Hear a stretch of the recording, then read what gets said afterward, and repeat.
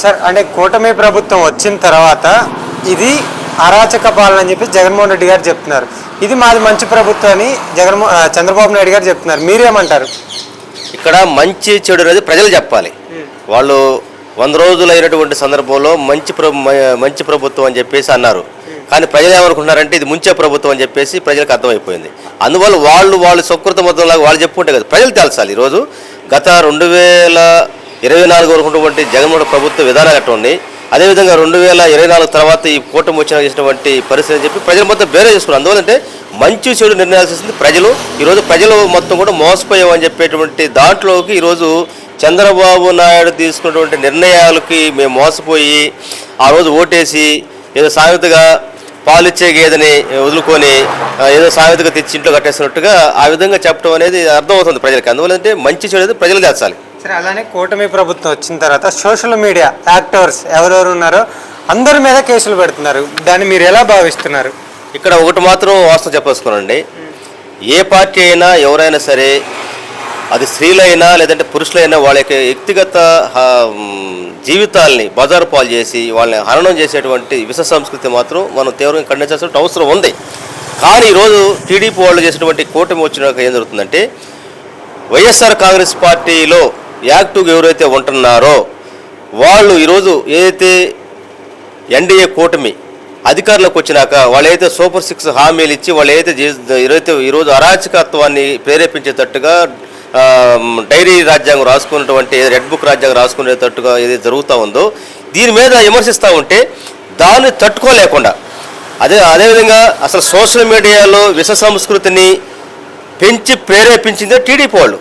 Social media రాకముందు main media లాంటి ఏదైతే ఈనాడు, ఆంధ్రజ్యోతి లాంటి పత్రికలు అయితే ఉన్నాయో వాళ్ళ యొక్క అసభ్య రాతలు, అసలు ఎన్టీ రామారావు గారు లాంటి ఒక మనిషిని, ఒక పెద్ద మనిషిని, ముఖ్యమంత్రిగా ఉన్నటువంటి ఆయనకే ఆ రోజు అధికారం కోల్పోయేటట్టుగా చేసింది ఈ పత్రికలు కదా.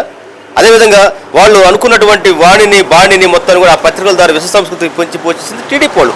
దాకోవలోనే ఈరోజు సోషల్ మీడియా కూడా ఐటీడీపీ పేరుతో మొత్తం కూడా విష సంస్కృతికి ప్రేరేపించి పెంచింది వాళ్ళే కాదని చెప్పండి. సోషల్ మీడియా వచ్చింది ఎప్పుడు వచ్చిందండి? ఈ మధ్య కాలంలో వచ్చింది.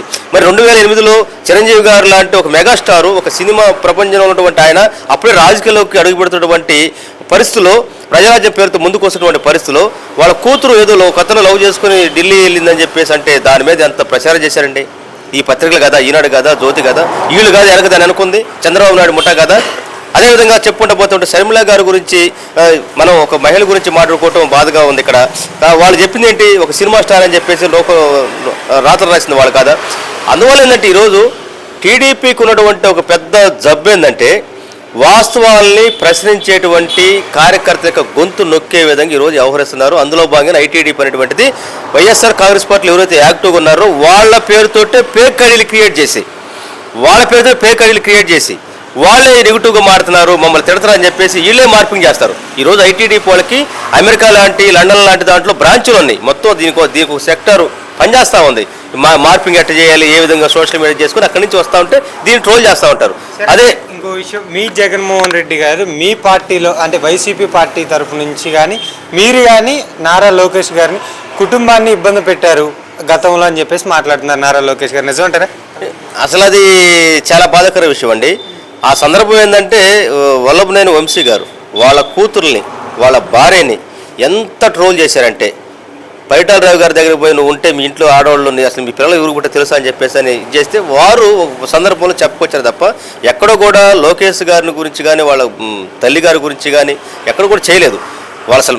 ఎందుకంటే కొడాల నాని గారు, అదేవిధంగా వల్లభనేని వంశీ గారి గురించి, ఎందుకంటే టీడీపీలో మొదటి నుంచి ఉన్నటువంటి వాళ్ళు టీడీపీ నుంచి బయటకు వెళ్ళారని చెప్పేసి ఆ అక్కుస్తోటి వాళ్ళ కుటుంబాలని బజార్కి ఇచ్చిందే వీళ్ళే, టీడీపీ వాళ్ళే, లోకేష్ గారు టీమే, ఐటీడీపీ టీమే. అదేవిధంగా అంతకుముందు చిరంజీవి గారి కుటుంబాన్ని చేసిందే వీళ్ళు.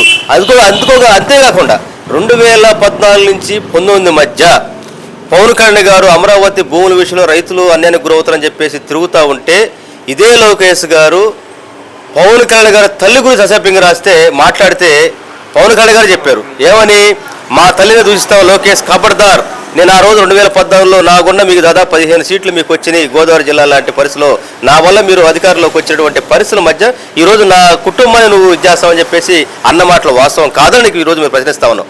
అందువల్ల ఏంటంటే వ్యక్తిగత హతనాన్ని, అన్నాన్ని, స్త్రీల్ని అగౌరవపరిచి ఇబ్బంది పెట్టి ఫేక్ ఐడియాలతోటి అసలు ప్రచారానికి నాంది పలికిందే లోకేష్ అండ్ టీం. అదేవిధంగా చంద్రబాబు నాయుడు గారు మెయిన్ మీడియా, పచ్చ మీడియా. అందువల్ల ఎందుకు వాళ్ళకి ఈరోజు మాట్లాడే అర్హత లేదు. ఒకటి మాత్రం చెబుతా ఉన్నాం, ఏ స్త్రీ అయినా సరే వాళ్ళ సభ్యంగా మాట్లాడితే అది ఎవరైనా కనీసాల్సిన అవసరం ఉంది. అదే క్రమం లోకేష్ మాట చెబుతున్నాం, నువ్వు ఒకేళ్ళు నువ్వు మా కళ్ళు చూపిస్తే 4 ఏళ్ళు నీ కళ్ళు తిరుగుతూ చూస్తుందని చెప్పేసి అని మేము ప్రశ్నిస్తా ఉన్నాం. 4 ఏళ్ళు నీ కళ్ళు తిరుగుతూ ఉంటాయి అంటే నువ్వు అనుభవించావు, నువ్వు ఎదుటోళ్ళు బాధ పెట్టావు కాబట్టి ఆ బాధ నీకు వచ్చేలేక నీకు తల్లి గుర్తుకొచ్చిందా? నువ్వు ఎంతమంది కుటుంబాలను మీరు మాట్లాడారు అవన్నీ చెప్పండి, మాట్లాడిన గురించి.